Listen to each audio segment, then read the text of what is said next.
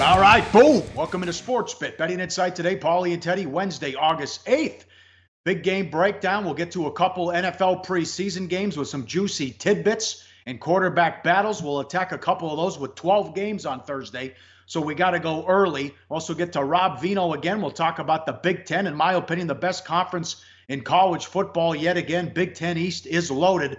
Play of the day before we get out of here. All the betting news you need in less than 20 minutes. I'm at Real Sportsbet on Twitter. He's at Teddy_Covers. Love the crew, everyone here at SBR, and it is Sportsbet. Let's rock and roll. We came back from vacation August 1st. Bad beats, bad bets, bad for the books. Couple tough beats. The Orioles plus $1.50. The Cobb finally pitches well for the Orioles. They led 3-1 in the 8th. The bullpen blows it, and the Rays get the win 4-3. The Orioles file this away. You know, they're bad to begin with 79 losses. They're now 0-13 after a day off.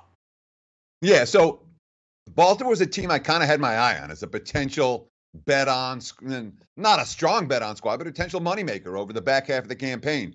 They came out of the All-Star break. They showed a little bit of life. Some of the player quotes after they dealt all that veteran talent were, hey, we're feeling pretty good about ourselves. Everyone got playing time now. The momentum was there. They went to Texas, got slapped around yesterday. Yeah. More of the same. Whatever brief ray of hope there was for Baltimore appears to have been extinguished rather quickly. Another tough beat for Orioles backers last night. There aren't many Orioles backers anymore. Giants bullpen blew it for the second straight day. They were $1.03, bet up to 110, led 1-0 in the 8th. Bullpen blows it, as I mentioned. They lose 2-1. The Astros are 41-18 on the road.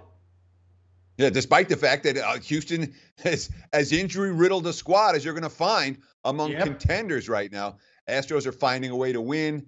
Giants find a way to lose. Something like the Blue Jays tried to do last night as well.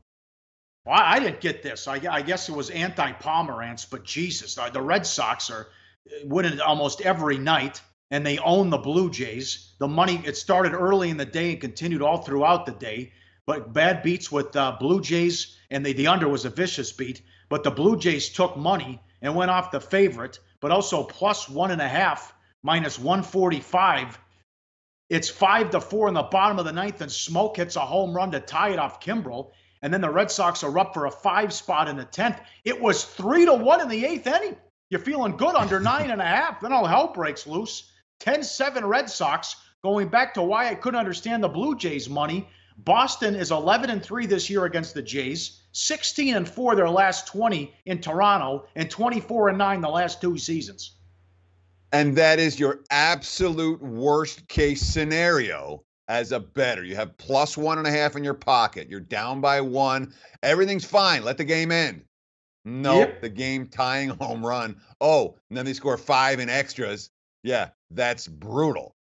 For Toronto, plus the 1.5. No question. Your worst case scenario is the game tying dinger.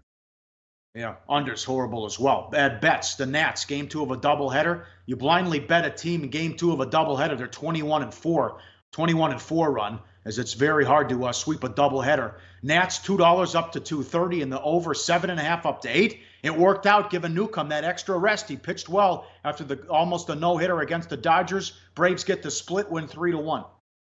Sure. And, of course, that's not all for the bad bets. The Mets took a bunch of money yesterday, even up to minus 135. They lost 6-1, another lifeless performance from New York. Toronto took money yesterday. That certainly wasn't a right side in the end. And, of course, when it comes to bad for the books, Yankees cash again, take money again.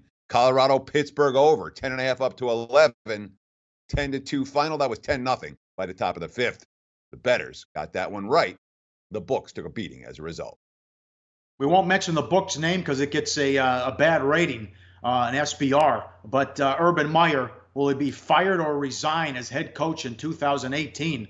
Now with the latest news in the committee that was supposed to be independent, and they got Ohio State trustees on that sucker. Yes is 6-1 now.